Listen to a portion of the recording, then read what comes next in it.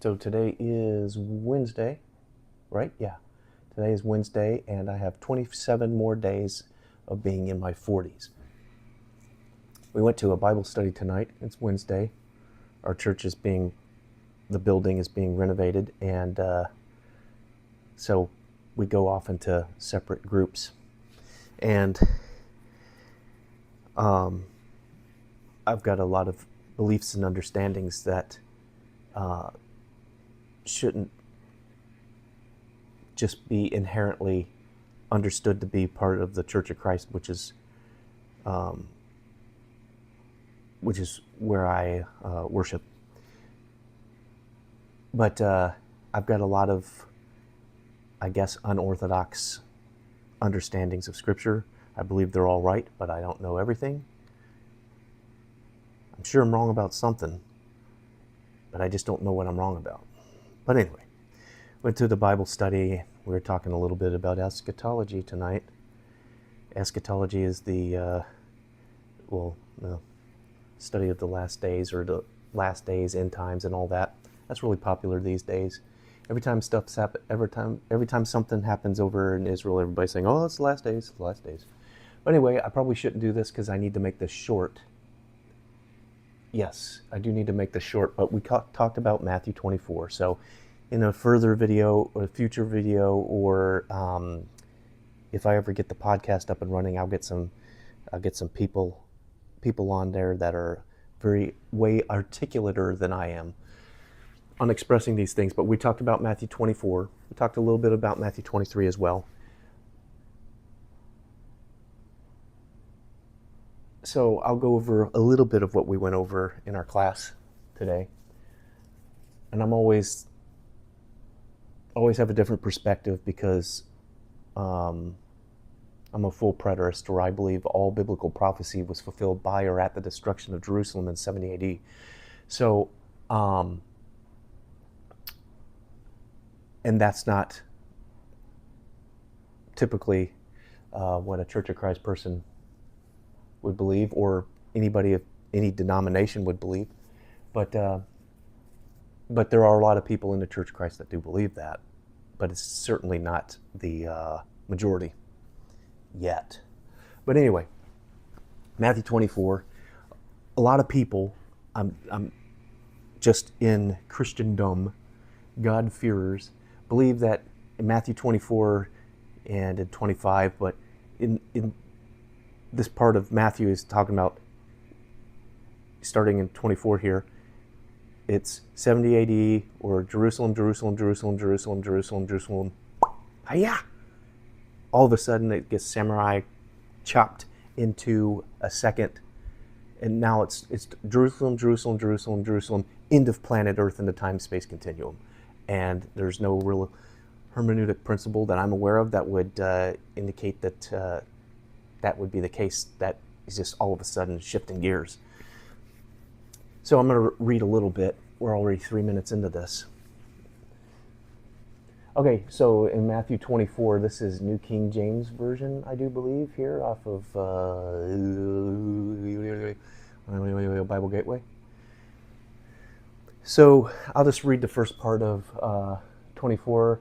Then Jesus sent out and departed from the temple, and his apostles, and his disciples came up to show him the buildings of the temple. So they're showing Jesus the temple, and Jesus said to them, do you not see all of these? Assuredly I say to you, not one stone will be left here upon another that shall not be thrown down. So he's talking about the temple. He's saying it's going to be destroyed. It's going to be, not one stone will be left upon another. So, and then they sat in the Mount of Olives. I've been in the Mount of Olives. It's pretty cool, but it's a hill, and so is the Temple Mount. Hebrew word for, I know this is New Testament, but the Hebrew word for mountain and hill are the same thing.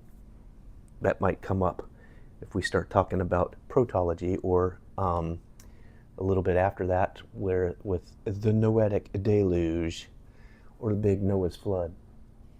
I don't think it's well, anyway, that's another video. That's, okay, so verse 3. Now, as he sat on the Mount of Olives, the disciples came to him privately, saying, "Tell us, when will these things be, and what will be the sign of your coming at the end of the age?" Okay, and a little bit later on, Jesus, I'll just go ahead and read it. "And Jesus answered and said to them, Take heed that no one deceive you, for many will come in my name, saying, I am the Christ, and will deceive many, and you will hear of wars and rumors of wars. See that you do not I can't read, by the way. See that you are not troubled, for all these things must come to pass, but the end is not yet. For nation will rise against nation, and kingdom against kingdom, and there will be famines, pestilences, earthquakes in various places, and all these things are the beginning of the sorrows." So he's just saying what has to happen first. And then verse 9, "And they will deliver you up to tribulation and kill you, and you will be hated in the nations, by the nations, for my name's sake." Am I going to read this whole part? That was verse 9. Okay, I'm not going to read all this because it's already 6 minutes in. But in the gospel of the kingdom this is verse 14, "And the gospel of the kingdom will be preached to all the world as a witness, and all the nations, and then the end will come." So in the gospel of the kingdom will be preached in all of the world as a witness to all the nations, and the end will come. Okay, so I'm going to go down to 15. The Great Tribulation. So that's saying the gospel is going to be preached and then, well, I shouldn't say it that way. I should say it's going to be preached to all the world. I think that's, I don't know if I can, I don't have Strong's Concordance hooked up to this. But all the world and witness, the nations, and then comes the end. So he's saying the end, whatever this end is going to be after the gospel has been preached to every nation. Okay, I'm going to just read just a couple more verses, and then I'll explain some heresy. What people call heresy, but they don't really give a good reason why. Not that I've heard, anyway. I've heard some pretty ridiculous things, though. But, okay, so verse 15, "Therefore, when you see the abomination of desolation spoken by Daniel the prophet standing in the holy place, whoever reads, let him understand. Then let those who are in Judea flee to the mountains." Okay, I'm going to skip down to verse 30, part way through verse 30. I'll just start with verse 30. "Then the sign of the Son of Man will appear in heaven, and then all the tribes of the earth will mourn, and they will see the Son of Man coming in the clouds of heaven by power, with power and great glory, and he will send his angels with a great sound of a trumpet, and they will gather together his elect from the four winds, from the end of heavens from one end of heaven to the other." Okay, going down a little bit down to verse 36. This is after the parable of the fig tree. "But the day and the hour no one knows, not even the angels of heaven, but my Father only." So nobody knows the day or the hour, not the angels in heaven, not only my Father. And it says, but okay, verse 37. "But as the days of Noah were, so also will be the coming of the Son of Man." And somewhere else it says even Jesus doesn't know the day and the hour. Okay, so I'll explain a few things going back up to the top here. My understandings of things. I'm not saying you have to believe this. I'm just saying this is my understanding. You can correct me if I'm wrong. do you see all these things? Surely, okay. So the apostles come at the beginning of the chapter and say, hey, Jesus, check out this temple. And he says, you see this? It's going to be torn down. There's not even going to be one brick laid upon another. He says, not one stone will be left here upon another that shall not be thrown down. Maybe I should make a two-parter and finish this tomorrow, because it's already 10 minutes. Oh, 5 minutes. I'm not going to get this up before the end of the day. Poop. All right. Okay, well, let's go ahead and continue then. Tell us when these things will be, and when will be the sign of your coming at the end of the age. That's in verse 3. So they ask him for signs. Then he tells them some signs about the famines and the nations and rising up against each other and earthquakes. And everybody's, this was 2,000 years ago about, and people are saying today, oh yeah, that's talking about now. There's always a time where when these things apply, but he was talking temporally in 2,000 years ago. He wasn't talking about today. But anyway, let's move on. I'm doing a great job, aren't I? And what will be the sign of your coming at the end of the age? So he tells them about those. It says in verse 9, then they will deliver you up for tribulation and kill you, and you will be hated in all the nations for my name's sake. That's verse 9. And then the gospel of the kingdom will be preached into all the world, and the witnesses as a witness to all the nations, and then the end will come, okay? So you'll see the abomination of desolations, the fleet in the mountains. Okay, I think that's all I'm going to go back over, except for that and the day and the hour no one knows. So, but here, I just brought up a couple verses, and Luke 21, Jesus is speaking about the destruction of Jerusalem, and it says, but when you see Jerusalem, this is in the context of Jesus talking about the destruction of Jerusalem, but it says, when you see Jerusalem surrounded by armies, then know that all that is desolation is near. Okay, so I should have read the actual verse. I'll do that another time. He tells them, after saying to the Jews that they were saying, oh no, we wouldn't have killed the prophets, those, like our fathers did. And then Jesus says to them, it's like, oh yeah, you would have.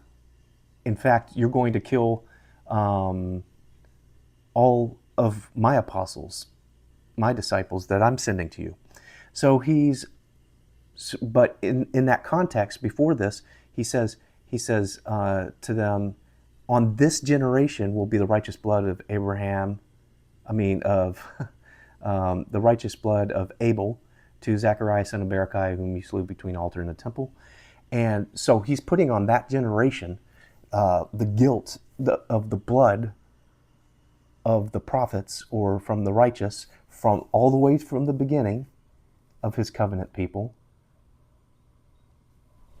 up till that present time, and says you're going to kill the people that I send as well. That's in Luke.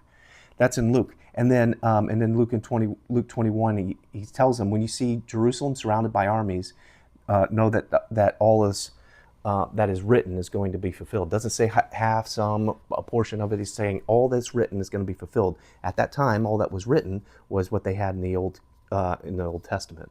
New Testament wasn't written down at that point. So in Colossians, I also mentioned that in Colossians 1, this Colossians chapter 1, just read the whole thing, because in two instances it says, I think I accidentally deleted some. Speaking of the gospel, Paul says, it is come to you as it is in all the world. So he's saying it's in all the world, whatever world means. So we're going to have to define that. I'm not going to do it on this one because, man, it's already 14 minutes. And then, but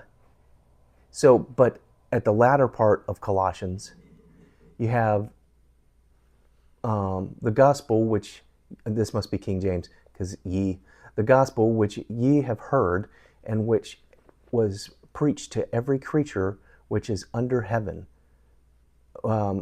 whereof I, Paul, am made a minister. So I'll try to read it again better. Is come unto you as it is in all the world. So he's saying that it's been preached to all the world. So back in Matthew 24, it's saying that when the gospel's been preached into every creature, I think it says in Matthew, then it says then it's in all the world. So we're gonna have to define some terms here, but so world. My claim is world isn't planet Earth. World is the age or the creation that God had made. And in the beginning, God created the heavens and the earth. So in a future video of some sort, I will give you a biblical definition, or what I'm claiming is a biblical definition of heaven and earth. And here's a teaser. Read Jeremiah chapter 4 or Isaiah 51 and Isaiah 51. Read both of them. And then also, so all the nations would hear this, would hear the gospel. So Matthew 16, okay, verse 27, for the Son of Man is going to come with his angels in the glory of his Father, and then he will repay each person according to what he has done. Okay, so that's just another reference to what people link to the end of the whole time, space, material universe. So whenever I make the claim to somebody that, and this is my claim, that there is no biblical reference to the end of the material creation, the planet Earth, and the time space continuum. There's no that's my claim, so you can prove me wrong. There is no biblical claim to the end of the material universe, which most Christians believe that there is. I think that's incorrect. I don't believe that's what the Bible's speaking. So, but Paul says that it has been spoken, or the gospel is spread to all the world, like it says in Matthew 24, which was a prerequisite for the end to come. The end of what? Oh, that's another thing. There is no end of time in Scripture. There is a time of the end, which begs the question, end of what? So there's no end of time. So anyway, I was just trying to, long story short, and then this is just going to have to be a cliffhanger, because it's just a hodgepodge mess of words that I've been saying, but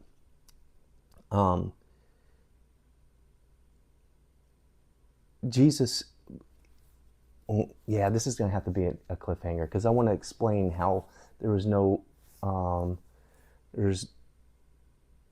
bricks or stones left upon another, in relation to the Roman armies and Vespasian, and I'll learn how to say his name, and Titus, and when you see Jerusalem surrounded by armies, I'll go into that a little bit. Know that you gotta get up on out of there, and then just to let you know that I'm coming from a perspective that I don't differentiate from the destruction of Jerusalem and what's called the end of the world or Judgment Day. I think they were the same thing. And that's where I'm coming from. So I'll try to explain more. I thought I can explain this quickly within like a few minutes. It's already tomorrow. It's 12:03, so I'm gonna go ahead and get this uploaded for yesterday. And when I started. So when I started this, I had 27 more days of being in my 40s, and now I have, 26. Anyway. I'll get better at this maybe. Bye.